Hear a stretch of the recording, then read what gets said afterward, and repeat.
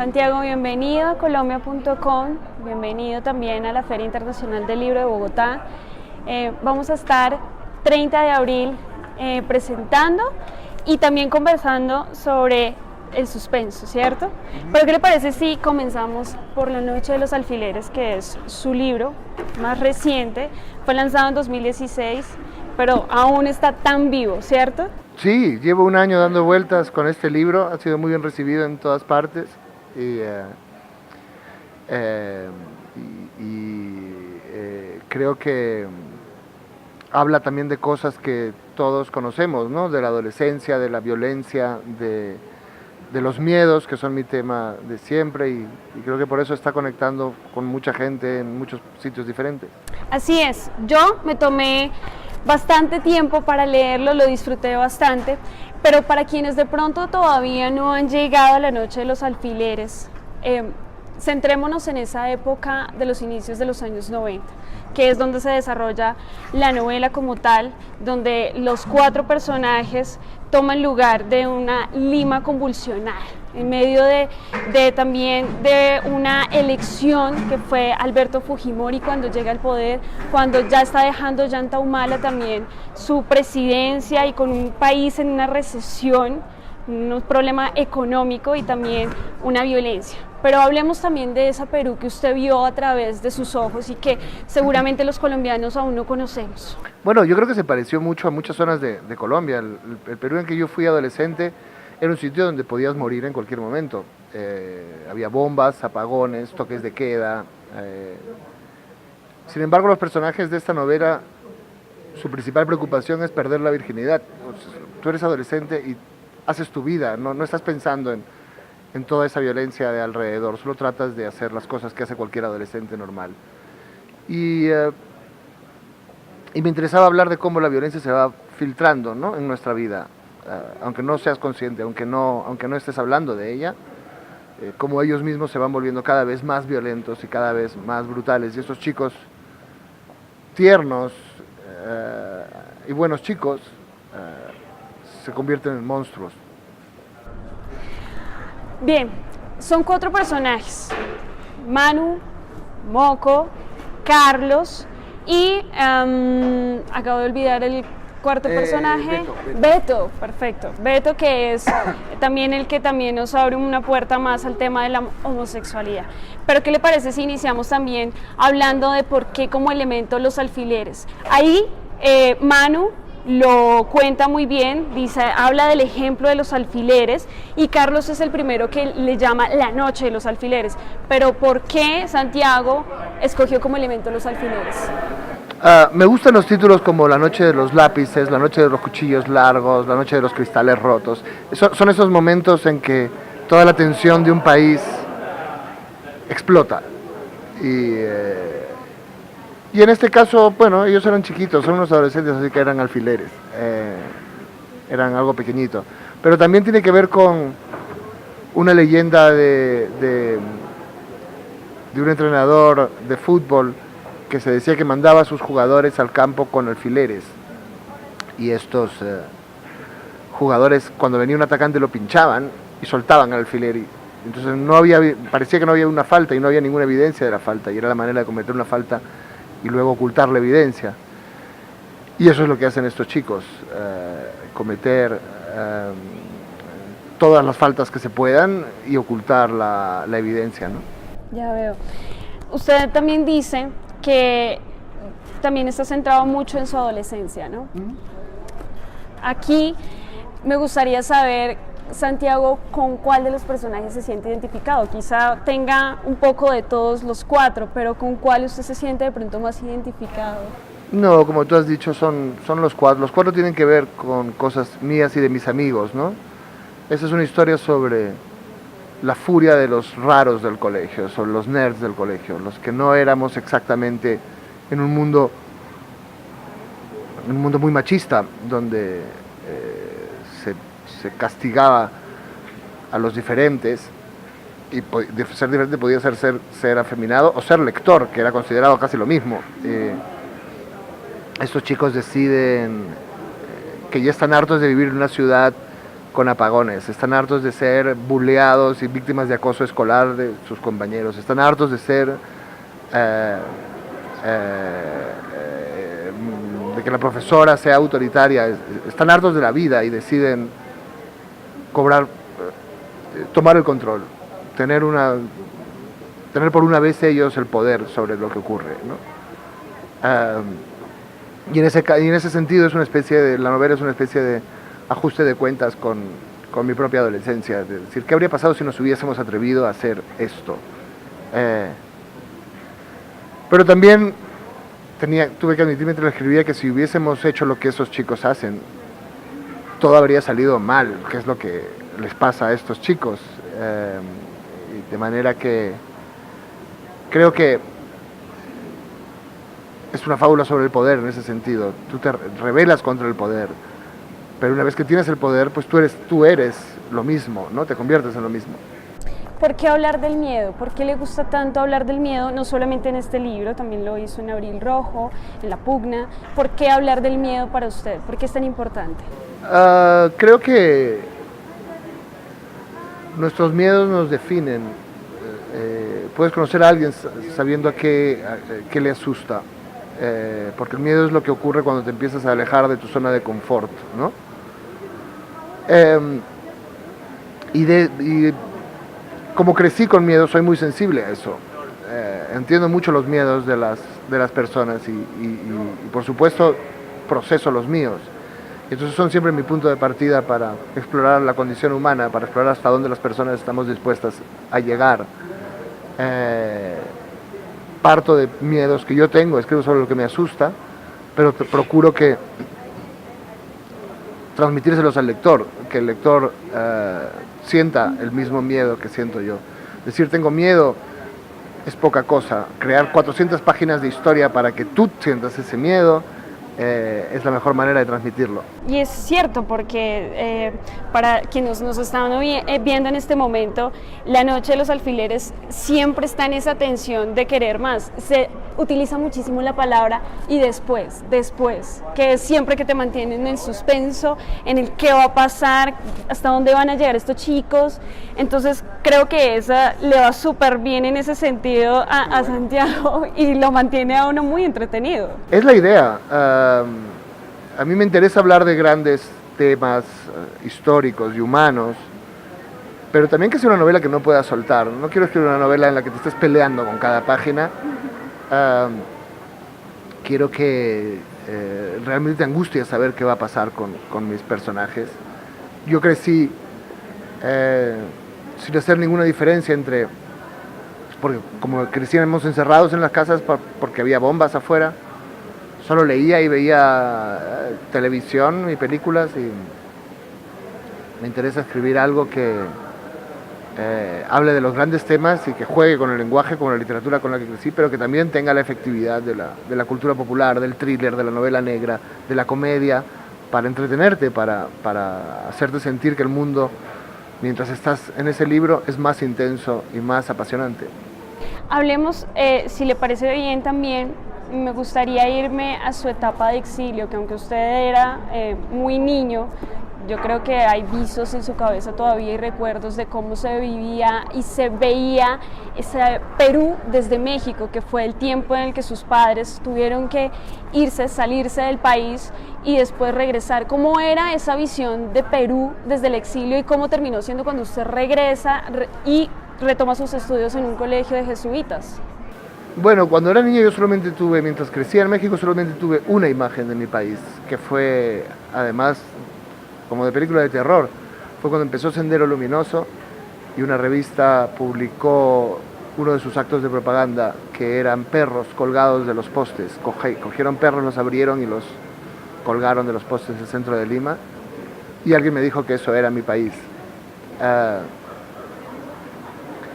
Cuando regresé, era un país en guerra, era un país muy violento, y yo siempre quise creer que mi país era México, porque prefería ser de ese otro sitio que era mejor. Y creo que eso también contribuyó a que leyese mucho. Cuando eres niño y creces en un sitio, no lo discutes, solo ese es tu mundo normal.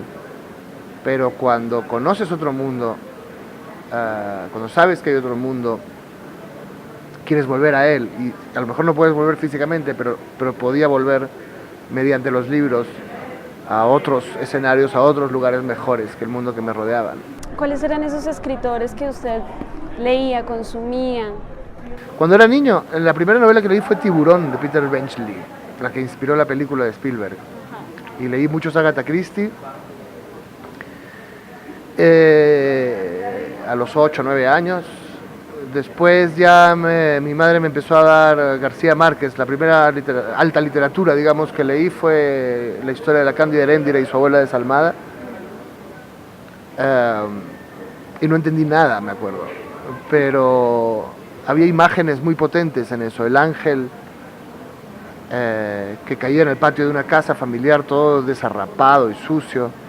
O la abuela que prostituía a su nieta y la hacía acostarse con todo el ejército. Desde entonces siempre me ha gustado jugar con las dos cosas, ¿no? La posibilidad de ser creativamente potente y también la idea de hacer una trama de suspenso o de humor negro o algo que te atraiga y te haga seguir leyendo el libro. Ya veo. Además, usted viaja a España, tiempo después, pasa por muchos trabajos, pero usted también empezó a escribir cuentos para niños, ¿cierto? Antes de escribir como tal textos. Y todavía escribo para niños. Ah, sí, pero digo, de pronto antes de empezar con novelas un poco más densas y que ya tomase como tal la historia latinoamericana que seguramente nos representa a todos, a colombianos, a chilenos que pasaron por algún momento por dictaduras, por violencia y que aún todavía las pasamos, digamos, pero ¿cómo fue el encontrarse con la escritura? Cuando usted decide, quiero ser escritor. Yo pensaba que ser escritor era imposible. En los años en que yo empecé, los escritores eran como Vargas Llosa, candidatos a presidente, o como García Márquez, viajaban con Fidel Castro, o como Carlos Fuentes, que cenaba con Bill Clinton. Ser escritor parecía algo que tú nunca ibas a conseguir, que era sobrehumano. Así que empecé a escribir a escondidas cuando estaba en la universidad, empecé a escribir cosas.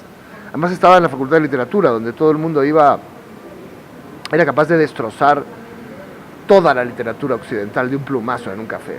Y empecé a escribir sin que nadie se entere, sin enseñárselo a nadie.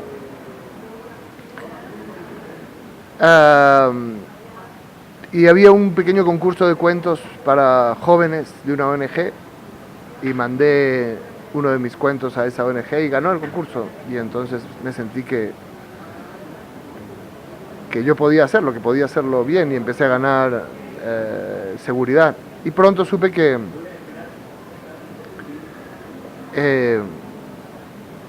nunca pensé que iba a ser escritor, pero siempre supe que me iba a ganar la vida escribiendo cosas. Reportajes o guiones o discursos políticos que son un gran entrenamiento para escribir ficción o lo que fuera. Y sin embargo había una parte en la literatura que era, y hay aún, que es escribir en total libertad, escribir lo que tú quieres porque tú lo quieres, por el solo placer de escribirlo, para que sea leído por el solo placer de leerlo. Ya veo. Su papá quizá también influyó también en esa vocación de la escritura. Él, sociólogo, también como corresponsal, periodista, también influyó muchísimo en ese amor a las letras. Mi padre y mi madre es escritora también, ha escrito algunas cosas y sí, siempre vivía en una casa, y mi abuelo era historiador, entonces vivía en una casa en la que siempre hubo muchos libros y en un mundo en el que siempre hubo muchos libros, ¿no? Creo que eso es importante porque muchos padres me preguntan ¿cómo hago que mi niño lea? Y siempre le digo, pues lea usted, ¿no? Si tú ves que la gente lee y lo disfruta, tú también lees. Y eso es importante. Tenemos que recuperar la idea de que leer es un placer, no una obligación. Lo haces porque te gusta, como ver fútbol tener sexo, yo qué sé. Ahora, quizá para los lectores, Abril Rojo es quizá la obra que lo da a conocer también como tal y que pues lo lleva a ganar el premio Alfaguara. Sin embargo, para ustedes los escritores hay una relación mucho más fuerte con alguno de los libros porque representará algo muy importante para ustedes. Son hijos finalmente. ¿Cuál seguramente siente que realmente es como el más representativo para usted? No puedo responder a eso porque todos son representativos del momento en que son escritos. Nadie lo ve desde fuera, pero yo veo mis libros y entiendo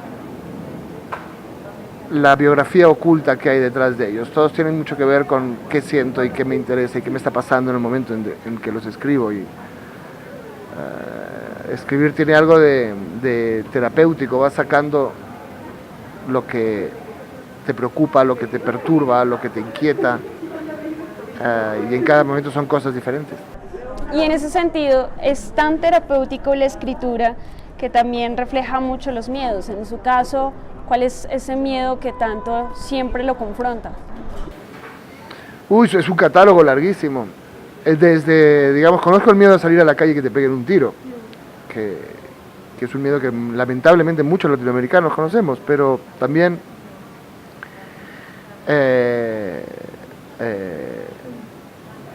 también hay miedos mucho más cotidianos con los que trabajo en mis libros, como el miedo al fracaso. Ser padre es un catálogo de miedos porque ya no son solo tus miedos, sino lo que puede pasarles a tus hijos. Hoy en día, en la mediana edad, empiezas a ver que la gente que vino antes empieza a morir y empieza a aparecer el miedo a ser más viejo, ¿no? A la vejez. No, si tuviese solo un miedo, solo tendría una novela. Tengo muchos y por eso soy bastante prolífico. Ya para finalizar y retomando la historia de La Noche de los Alfileres, hablamos también no solamente de sexualidad, hablamos de homosexualidad como tal, que en una etapa a los 15 años, que es casi la edad que todos tienen acá, pues digamos, y en ese tiempo la homosexualidad pues era un veto total, y aún si alguien sale del closet, como lo decimos comúnmente, pues causa pavor. Porque lo veían en ese entonces como una enfermedad, y es así como uno de los padres lo menciona en el libro.